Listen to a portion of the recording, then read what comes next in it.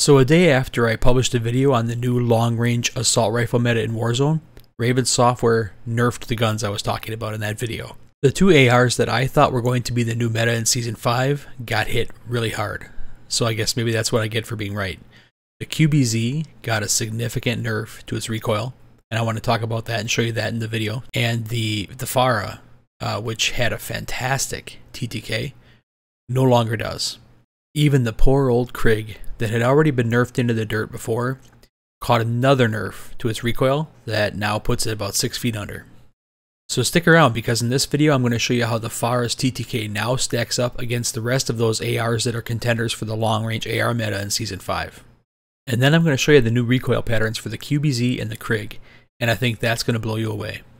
Okay, so we're back on the True Game Data website because they've got all the data. And we're going to scroll down here. We're looking at TTK with 3 plates. And we're going to start with chest shots, and we're going to scroll down here and see, once again, these are the guns we're talking about. So we can revisit this here: the QBZ, the KRIG 6, the Kilo, the FARA, the XM4, C58, M4A1, Grau, and M13. Okay, so let's scroll down a bit more so we can see the chart. Okay, so here's what we're looking at. Chest shots, the QBZ is here in orange, and it's the winner up until its damage drop-off starts. And then it's second place. Now this is chest shots, okay? So still with chest shots, the QBZ is a fantastic gun, right? The FARA is this light green line here. It no longer has a damage drop-off when you're hitting chest shots. So is it so good here at short range? Not really.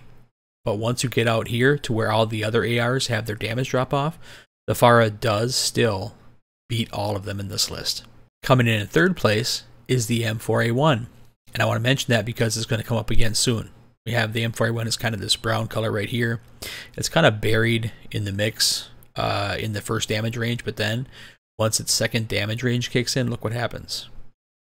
Right here. It's in third place behind the FARA and the QBZ and then the M4A1. So that's chest shots. Now let's go up here, take a look at stomach, for example. Okay, scroll back down.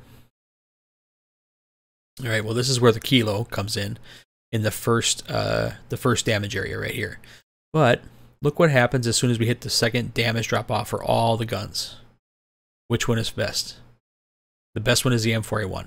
Okay, QBZ is up here. Even the FARA now has a damage drop off that puts it up here, right along with some of these other guns. So the M4A1 with stomach shots in that long range damage range wins. It beats out all the other ones on this list. All right, let's go up here and check out extremities. If you remember correctly, this is where the QBZ had a hard time before, and it looks like it's still the case. Our QBZ here in orange, not great on extremities, but nobody's aiming for those anyway, right? With the QBZ, the deal was it was going to be rewarding for accuracy. You're going to hit chest shots, stomach shots, everything but the extremities. You're going to be doing okay, right? Well, now if you're hitting extremities, look who wins again: M4A1.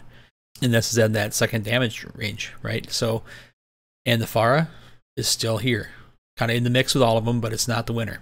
Okay, so the winner for extremities is the M4A1. I think we're going to see a resurgence of this gun, to be honest. Let's go up and take a look at headshots. All right, and then let's scroll back down here. All right, headshots. What's this pink one here? That's the C58. Okay, so for headshots, out in the second damage range here, the C58 is clearly king. It's head and shoulders above all the rest. What's this one here? The Grau is next. This kind of dark green line here in this next damage range. So long range encounters, hitting the head is going to benefit you the best if you're using the C58. And then the Grau. What's this next one here? Is it the XM4? That's the XM4. So number 3 is XM4. Okay. Then the M4A1 comes up in 4th. So overall, I'd say the M4A1. What was the M4A1 in chest shots? I want to make sure I get that information to you too. Okay, so that was where it was number 3.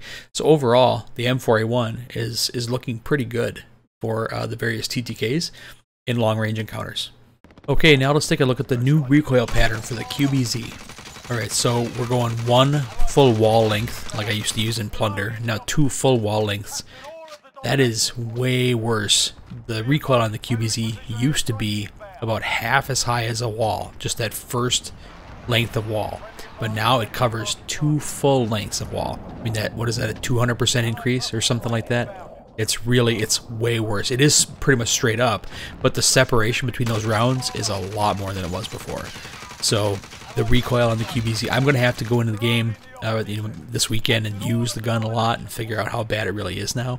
I have a feeling it's still going to be controllable. You just got to pull down on your stick as you're firing, but it's a lot more recoil, a lot more vertical recoil than it used to be.